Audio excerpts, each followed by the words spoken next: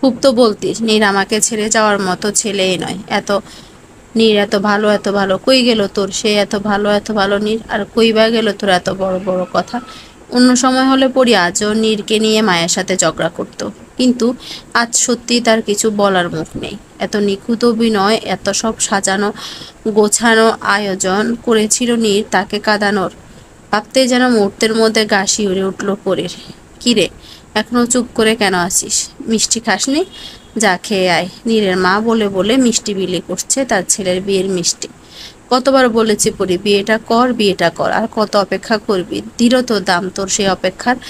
চাঁদের মতন বউ এনেছে নীরের বাড়ি বাড়ি, বলছে নীরের মা। তোর কি হবে এখন? বয়স কত বাড়িয়েছিস, এখন খেয়াল হয়েছে তোর এসব? প্লিজ এবার থামো পারমিতা, অনেক বলেছ, আর বলো না, থামো এবার। মেয়েটা একটু মানসিক শান্তি দরকার এখন, আর তুমি কিনা যা তা বলে যাচ্ছ। মেয়েটার মেন্টালিটি সাপোর্ট দরকার, সেটা কি তুমি বুঝতে পারছো না? এত আঘাত দিয়ে কথা কিভাবে বলছো তুমি? বাবার কথা শুনে মাথা উঁচু করে বাবার দিকে এক পলক তাকাই পড়ি। এই মানুষটার জন্য তো সে এত বছর নীরের জন্য অপেক্ষা করতে পেরেছে। সব সময় সব ব্যথা তাকে এই মানুষটাই তো সাপোর্ট করেছে। আজকের এই দিনটাতেও এতটা কোমল তার প্রতি তার বাবা, অথচ তার বাবাকে দেওয়া কথাটা সে রাখতে পারেনি। নীর তাকে কি নির্মমভাবে ঠকালো। 7 বছরের সম্পর্ক এক নিমিষে শেষ করে দিয়ে ঘরে নতুন বউ নিয়ে এলো। কি করে সামলাবে পরি নিজেকে? এত স্ট্রং পরি আজ যেন ভেঙে চুরে যাচ্ছে। সেই স্কুল জীবন থেকে প্রেম তাদের। পরির মাস্টার্সের ফাইনাল এক্সাম দিবে, আর নীর 2 বছর আগে পড়াশোনা শেষ করে চাকরি খুঁজছিল। বেকার থাকা অবস্থায় কত হেল্প করেছে, কতটা সাহস জুগিয়েছে সেই নীরকে, অথচ সেই নীর চাকরি পেয়ে তাকে ছেড়ে চলে গেল। কই, সে তো ঠিকই পাশে ছিল ওই বেকার ছেলেটার, অথচ বেকার ছেলেটা যখন চাকরি পেল তখন সে পাশে থাকা মেয়েটাকে আগে দূরে ঠেলে দিল।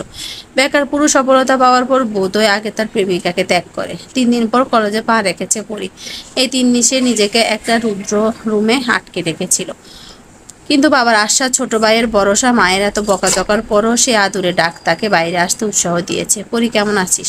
পরির বন্ধু রায়হান এক কথায় পেছনে তাকাই পড়ি। ভালো আছি রায়হান, তুই কেমন আছিস? ভালো। চল কোথাও বসি। তোর মুড ঠিক আছে তো? নীর কেমন আছে রে? পছন্দ অনুযায়ী কম বয়সী মেয়ে বিয়ে করেছে, খারাপ তো থাকার কথা নয়। হোয়াট, কি বলতেছিস তুই? নীর বিয়ে করেছে মানে? সফল হয়েছে তো প্রেমিকাকে কেন বিয়ে করবে? এত বছরের সম্পর্ক এত সহজে শেষ হয় কি করে? শেষ করলে শেষ না হওয়ার তো কিছু নেই। তোর পানি জমেছে পড়ি, ও কিছু নয়, নিত্যদিনের সঙ্গী অশ্রু উপহার দিয়েছে আমাকে আমার ভালোবাসা। আমি তোকে কি বলবো পড়ি, তোর জন্য দোয়া করিস, আমার জন্য দোয়া করিস। আয়ান যেন নিজেকে কঠিন মানাতে পারি। আমার পরিবার আমার বেঁচে থাকার অনুপ্রেরণা, তাই কেউ চাইলেও আমাকে নিঃশেষ করে দিতে পারবে না। চা খাবি পড়ি? মন্দ হয় না। আচ্ছা চল তাহলে আগাই, চল। বিকেলে বাসায় ফেরার সময় পরি খেয়াল করলো নীরের বাসায় খুব সুন্দর করে লাইটিং দিয়ে সাজানো। পরি কে মনে তাকিয়ে থাকতে দেখে বাসার সিটের লোকটা বলে উঠলো, নীরের বাবা মা 7 দিন ধরে নাকি ছেলের বিয়ের প্রোগ্রাম করবে, সেজন্য বাসায় এত সাজানো। লোকটির কথা শুনে তার দিকে তাকাতে খেয়াল করলো ইনি পরির পাড়ার কাকা। ও আচ্ছা, তোমাদের সম্পর্কের কথাটা পাড়ার সবাই তো জানতো। কিভাবে যে নীর তোমাকে ঠকাবে সেটা আসলে বোধগম্য নয় কারোই। কষ্ট পেও না মা, তুমি তুমি যা হারিয়েছো বা যা তোমার থেকে চলে গেছে, তুমি তার থেকে উত্তম কিছু পাবেই। রাতের বেলা ব্যালকনিতে দাঁড়িয়ে রাতের আকাশ দেখছিল পরি। কত স্বপ্ন দেখছিল সে নীরকে নিয়ে, কত স্বপ্ন দেখছিল নীর তাকে। আজকে সব মিথ্যা হয়ে গেল। এত সহজে সব মিথ্যা হলো কিভাবে? তার নীর তাকে ঠকিয়েছে, এখনো যেন বিশ্বাস করতে চায় না পরি। কিন্তু এটাই তো সত্যি, নীর সত্যি তাকে ঠকিয়েছে। নীরের বিয়ের আগের দিন পরি জানতে পারে নীরের বাড়ি আগামীকালকে বিয়ে। খবরটা শোনায় মাত্র পরি ছুটে যায় নীরের কাছে। এসব কি শুনছি নীর? পাড়ায় এসব কি বলা বলি হচ্ছে? যা শুনেছো ঠিকই শুনেছো। কি বলছো তুমি? ঠিক শুনেছি মানে? ঠিকই শুনেছো, কালকে আমি বিয়ে করছি। নীর, মাথা ঠিক আছে তোমার? তোমার তো আমাকে বিয়ে করার কথা নীর, করার কথা, কিন্তু করতে পারছি না, সরি। আমাদের এতদিনের সম্পর্ক, এত শত স্বপ্ন, ইচ্ছে, পূর্ণতা, বাবার আকাঙ্ক্ষা, এই সবই কি মিথ্যে হয়ে যাবে নীর? দেখো পরি, আমি এতটা ভালো চাকুরি করি, আমার পাশে না ঠিক তোমাকে এখন আর মানাচ্ছে না। আমি যাকে বিয়ে করছি সে দেখতে ভীষণ সুন্দরী, স্মার্ট, বাবার প্রচুর টাকা। জানো বিয়েতে কি দিচ্ছে তারা আমাকে? একটা BMW গাড়ি, আর আরো অনেক কিছু করি। এসবের পর কিভাবে তোমায় বিয়ে করি বলো তো? না আছে তোর রূপ, আর না আছে তোমার বাবার টাকা। ঠিকই বলেছ, আমার রূপ নেই, আমার বাবার টাকা নেই, কিন্তু এই নীর, এই রূপহীন পরীকে তুমি পাগলের মতো চাইতে ভালোবাসতে। সেই সময় তো বলনি পরি তুমি সুন্দরী না, তোমার বাবার টাকা নেই, তোমার সাথে আমার যায় না, প্রেম হবে না, তখন কেন বলেনি? তখন বলার প্রয়োজন মনে করেনি, তাই বলেনি। আজকে বলার প্রয়োজন হলো, তাই বললাম। স্বার্থপরের মতো শুধু নিজের দিকটাই ভাবলে নীর। তোমার জন্য অপেক্ষা করতে করতে নিজের বয়স বাড়িয়েছি, কত কিছু সহ্য করেছি, পরিবারের চাপ, প্রতিবেশীদের কটু কথা, তবুও দিন শেষে এটাতেই শান্তি পেতাম যে তুমি আমার। আজকে সেই তুমিও কেমন বদলে গেলে নীর। দেখো পরি, তুমি আমার মতো কাউকে ঠিক পেয়ে যাবে, কিন্তু দয়া করে আমার সুখের ব্যাঘাত ঘটিও না। চিন্তা করো না নীর, তোমার জীবনে কোনো সমস্যার কারণ আমি হইনি আর হবও না। দোয়া করি বিয়ে করে সুখী হও, কিন্তু একটা কথা মনে রেখো নি, কাউকে ঠকিয়ে নিজেকে সুখী করতে চাইলে দিন শেষে সে সুখে তাকে ঠকাবে। আর হ্যাঁ, congratulation for your happy married life. কথাগুলো ভাবতে ভাবতে দু চোখে পানি ভরে উঠে পড়ে। ভালোবাসাও দিন শেষে ঠকায়, এত কষ্ট দেয়। পরিও তো একটু সুখ ডিজার্ভ করে, তার কেন এবার সুখ তাকে এত ফাঁকি দেয়? পরির মা, খেতে আয়। বাবা ডাকে, দু চোখ মুছে খেতে আয় পরি। মেয়ের চোখ দিকে তাকানো যাচ্ছে না, কি হাল হয়েছে তার মেয়েটার, ভাবতে বুকটা ছ্যাদ করে উঠে পারমিতার। কত আদরের মেয়ে পরি, তার বিয়ে 6 বছর পর যখন জানতে পারে সে মা হবে, তখন কতই না খুশি হয়েছিল সে। ভালোবেসে নিজের নামের সাথে মিলিয়ে নামটা রেখেছিল পরিণীতা, পারমিতার মেয়ে পরিণীতা। অথচ সেই মেয়েটাই সেদিনের পর থেকে কথা শুনছে, আঘাত করে কথা বলছে, কষ্ট দিয়েছে। ভাবতেই নিজের কাছে নিজের কেমন অপরাধী লাগছে। পারমিতা, জানে তুমি অনেক কষ্টের মধ্য দিয়ে যাচ্ছিস মা, কিন্তু বিশ্বাস রাখ, উপরওয়ালার উপর তিনি এতটা নিষ্ঠুর না মা। সে তোর জীবনটা একদম থামাই দিবে। আমার মেয়ে অনেক ভালো কপাল নিয়ে জন্মাইছে, তাই তো সব ক্লাসে আমার মেয়ে ফার্স্ট হইতো, সব কিছুই তো ভালো করতো, তাই তার জীবনে খুব ভালো একজন জীবন সঙ্গী আসবে, এটাই আমার বিশ্বাস। নীরের মায়ের লোভ সম্পর্কে আমার ধারণা ছিল বলেই সে আমার এত ভালো বান্ধবী হওয়ার সত্ত্বেও আমি তার থেকে দূরত্ব বজায় রাখতাম, কিন্তু পরির জন্য। কিন্তু আমি তারও কইছিলাম আমাদের সামর্থ্য অনুযায়ী সবটা দিব। কিন্তু নীরের মায়ের লোভ এর কাছে আমরা পরাজিত মা। তুমি নীরের মায়ের কাছে গেছিলে? প্রশ্ন করে পরীর বাবা আলমগীর সাহেব। হ্যাঁ, গেছিলাম। আমি তো জানতাম আমার পরী কতটা ভালোবাসে নীরকে, কি করে দেখতাম আমি আমার পরী কষ্ট পাচ্ছে। মাকে জড়িয়ে ধরে কেঁদে দেয় পরী, তার মা যে কতটা তাকে ভালোবাসে সে তো জানে পরী। তার মায়ের রাগ করে বলা কথাগুলো বলার মধ্যেও যে কতটা ভালোবাসা লুকিয়ে থাকতে পারে সেটা পরী খুব ভালো করে উপলব্ধি করতে পারত। প্রতিদিন রাতে ঘুমানোর সময় সিলিংয়ে তাকিয়ে অশ্রু বিসর্জন দেওয়া মেয়েটা জানে বেঁচে থাকা কতটা কঠিন। বারবার মনে চায় ঝুলে যায়, কিন্তু সাহস হয় না। পরিবারের মানুষগুলো মুখ চোখের সামনে ভেসে ওঠে। তারপর ভাবি বেঁচে থাকাটা নিজের জন্য না হোক, অন্তত ওই মানুষগুলোর জন্য হোক যারা শুরু থেকে আজ অবধি তাকে আগলে রেখেছে। কথাগুলো লিখে ডায়েরি বন্ধ করে দেয় পরি। খালাতো বোন লাবণী তাকে একদিন বলেছিল, জানিস পরি, আমরা আসলে মানুষকে ভালোবাসি কষ্টটাকে উপলব্ধি করার জন্য, কারণ জীবনে ভালোবাসা মানুষ আসবে বোধহয় কষ্ট চেনানোর জন্য। পরি সেদিন ভাবছিল তার নীর তাকে কষ্ট দিতেই পারে না, কিন্তু আজকের পরিস্থিতি আর সেদিনের লাবণীর বলা কথাগুলো যেন অনেকটাই মিল পাচ্ছে। নিজের ভালোবাসার মানুষটাকে না পাওয়ার যন্ত্রণা সইতে না পেরে লাবণী নিজেকেই শেষ করে দিয়েছিল। অথচ সেই দিনও পরি বুঝেনি না পাওয়ার যন্ত্রণাটা কতটা পোয়াতে পারে একটা মানুষকে। ঋতুটা ঠিক কতটা ক্ষতবিক্ষত হলে একটা মানুষ সব ছেড়ে চিরতরে চলে যাওয়ার সিদ্ধান্ত নিতে পারে। চোখের পানি মুছে ফেলে পরি। এত স্ট্রং একটা মেয়ে সে, তবুও নিজেকে সামলে নিতে এত কষ্ট হচ্ছে তার। ফুল নিবে না পা? এক্সাম শেষে বান্ধবীদের সাথে ক্যাম্পাসে বসেছিল পরি।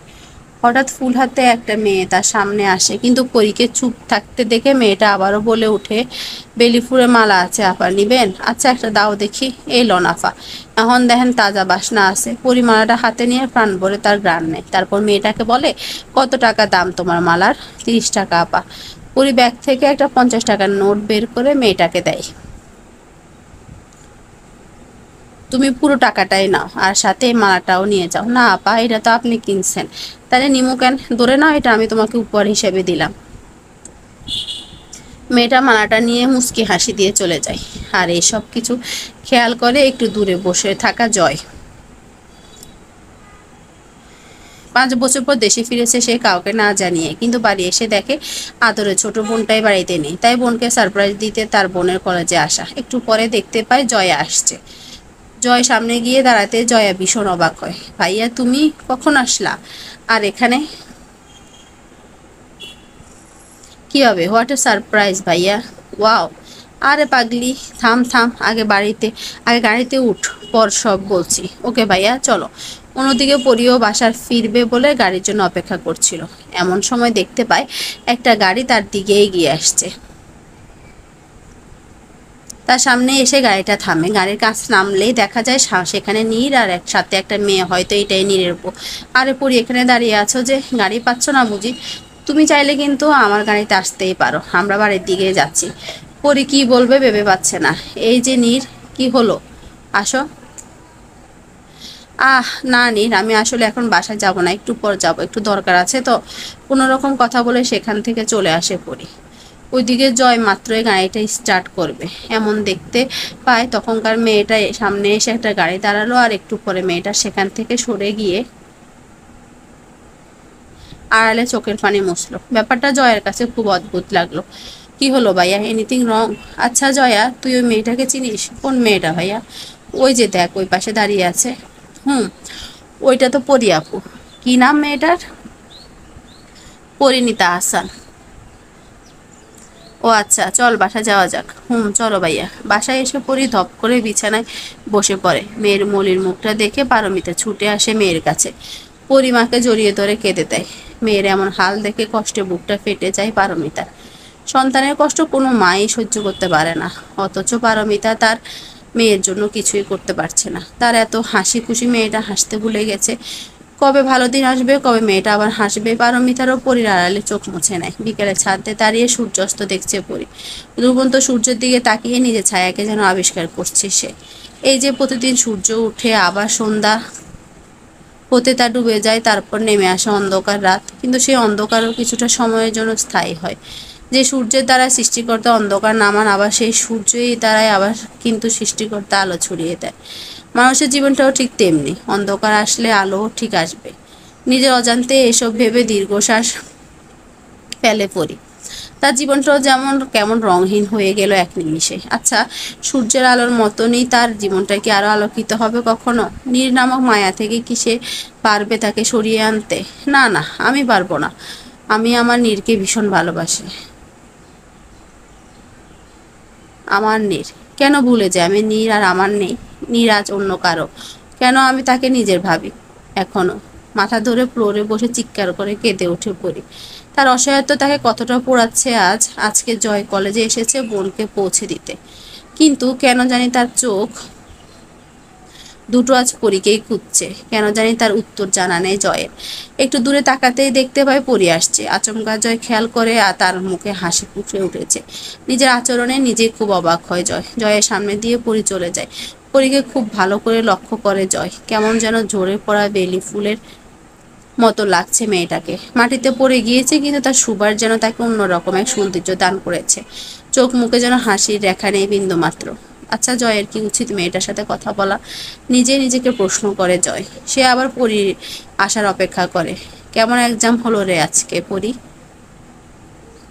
প্রশ্ন করে রায়ান। ভালোই। তোর? ভালোই। তবে আজকের এক্সামটায় মনে হচ্ছে বেশি নাম্বার উঠবে না রে। চিন্তা করিস না, তোর রেজাল্ট ভালোই আসবে। দূর থেকে পরীর সাথে একটা ছেলেকে আসতে দেখতে পাই জয়। কেন জানি মনে হচ্ছে তার বুকের মধ্যে তীর গেঁথেছে, এমন ফিল হচ্ছে। কিন্তু অদ্ভুত রকম লাগছে তার নিজেকে।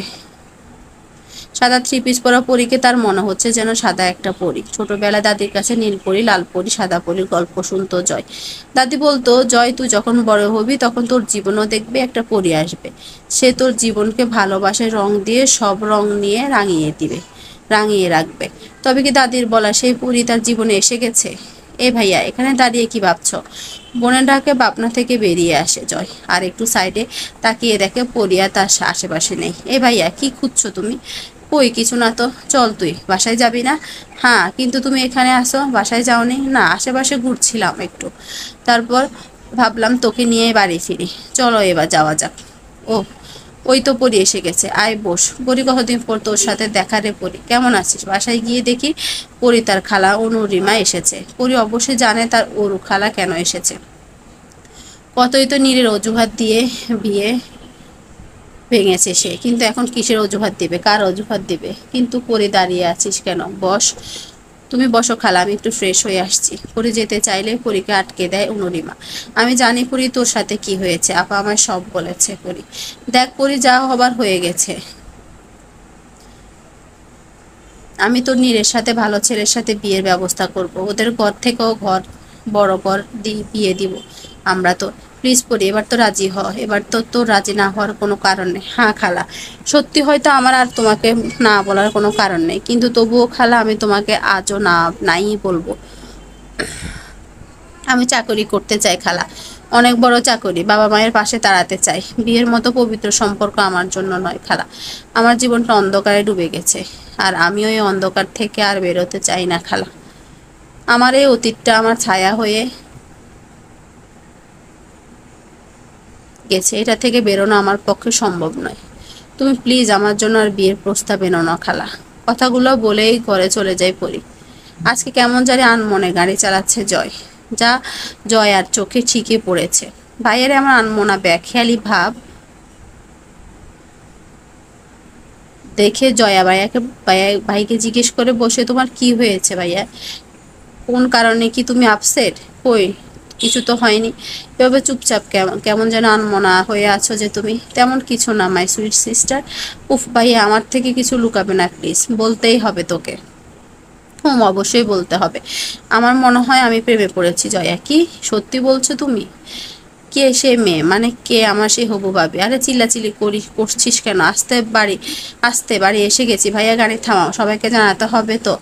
আরে শোন জয়া, আব্বু আম্মু দাদু ভাই কোথায় তোমরা? আরে তাড়াতাড়ি বাইরে আসো, খুব খুশি সংবাদ এনেছি, নিচে নামো সবাই। কি হয়েছে জয়া, এভাবে চিল্লাচ্ছ কেন? কি হয়েছে? তোমার দাদু ঘুমাচ্ছে তো? কি হয়নি আম্মু, তাই বলো। যা একটা খবর আছে না, আমার কাছে শুনলে সত্যি অবাক হয়ে যাবে তোমরা। তাই নাকি মামুনি? বলে ফেলো তো তাহলে। হুম, বলবো আব্বু। জানো ভাইয়া একটা মেয়ের প্রেমে পড়েছে, মানে এবার তোমাদের ঘরে বোমা আসতে চলেছে আম্মু। কি সত্যি? এতদিনে তাহলে আমার ছেলের মন থেকে মন কোথাও আটকালো বলো? নিজের স্বামীকে উদ্দেশ্য করে বলে ওঠেন মানজিয়া বেগম। জয়ের বাবা রাফাত সাহেবও তার স্ত্রীর সাথে সায় দেন। এই এই মাইকে কিছু বলার ভুল হয়েছে আমার। মাইয়া ভেতরে প্রবেশ করতে করতে কথাটা বলে জয়। তা কি নাম মেয়েটার? মুচকি হেসে ছেলেকে জিজ্ঞেস করে মানজিয়া বেগম। ওর নাম পরিমা, পুরো নাম পরিণীতা। এর থেকে বেশি কিছু জানি না। প্রথম দেখা আমি ওর মধ্যে মুগ্ধতা খুঁজে পেয়েছি, আর আমাকে ওর প্রতি আকৃষ্ট করেছে। ঠিকানা জোগাড় করে আমরা প্রস্তাব দিয়ে যাই। আগে না না আব্বু, আমি তার সাথে কথা বলতে চাই। ও আচ্ছা ভাইয়া, তুমি তাহলে পরিয়াপুর প্রেমে পড়েছো? পরিয়াপু ভীষণ মিষ্টি একটা মেয়ে, যেমন সুন্দর ব্যবহার তেমনি সুন্দর তার কথাবার্তা। খুবই প্রখর ব্যক্তিত্ব সম্পন্ন একজন মানুষ উনি। যতদূর জানি উনি এবার মাস্টার্সের ফাইনাল এক্সাম দিচ্ছেন। আমাদের ডিপার্টমেন্টে মাঝে মাঝে ক্লাস নিত। উনি খুব ভালো গাইড করতে পারে, সেই থেকে একটু চেনা জানা। অন্যদিকে পড়ি নিজে ফোন হাতে নিয়ে দেখে একটা আননোন নাম্বার থেকে একটা মেসেজ এসেছে, সেখানে লিখছে, কেমন ফিল হচ্ছে এখন পরিণীতা? হা হা, খুব খারাপ তাই না? তবুও আমি আজ করছি, আমি ও যে কিনা তোকে খুব পড়াতে ইচ্ছে করছে পড়ি, খুবই। নীল চেনার ক্ষমতা কারণে, আর তোর তো কোনো কালেই হবে না। তোকে মেসেজটা কেন দিচ্ছি জানিস? তোকে পড়তে আমার বেশ ভালো লাগে পড়ি। আমার সুন্দরী বইয়ের মুখটা দেখলে মনে হয় তুই আমাকে কখনোই ডিজার্ভ করিস না। আর হ্যাঁ, তোর বাইকে বলে দিস আমার সাথে যেন কোনো ঝামেলা করতে না আসে, না হলে এমন কীর্তি করবো যে পাড়ায় মুখ দেখাতে পারবি না। মেসেজটা পড়ে দপাস করে ফ্লোরে বসে পড়ি। তার কেমন ঘেন্না লাগছে নিজেকে। এরকম একটা মানুষের সেদিনের পর থেকে ভালোবেসেছে, এরকম নোংরা মন মানসিকতা এই মানুষটার এত বছর পাশে থেকেও বুঝতে পারেনি সে। কি নির্বোধ তার, বোকাই না সে। কিন্তু পিয়াস ও কি করেছে? ওর কথা বলল কেন? চোখের জল মুছে নর্মাল হয়ে ছোট ভাই পিয়াসকে ডাক দেয় পড়ি। পিয়াস, এদিকে আয় তো একটু। আসছি আপু। হ্যাঁ আপু, ডেকেছিস আমায়? হ্যাঁ, নীরের সাথে তোর কোনো ঝামেলা হয়েছে? হ্যাঁ হয়েছে, ওরে আমার খুন করে ফেলতে ইচ্ছে করছে আপু। ও আমার আপুকে ঠকিয়েছে। চুপ কর পিয়াস, চুপ কর। তুই কেন ওর সাথে ঝামেলা করতে গিয়েছিলি? জানিস ও আমায় মেসেজ করে হুমকি দিয়েছে। ও মানুষ নাই রে পিয়াস, একটা অমানুষে পরিণত হয়েছে। কুকুরের পায়ে কামড় দিলে কি আমরা উল্টো সেই কুকুরকে কামড় দিই না তো, তাই না? তাহলে কেন ওর সাথে ঝামেলা করতে যাস তুই? ও যদি তোর কোনো ক্ষতি করে ফেলে তখন আমাদের কি হবে ভাই? কথাগুলো বলে কেঁদে দেয় পরে।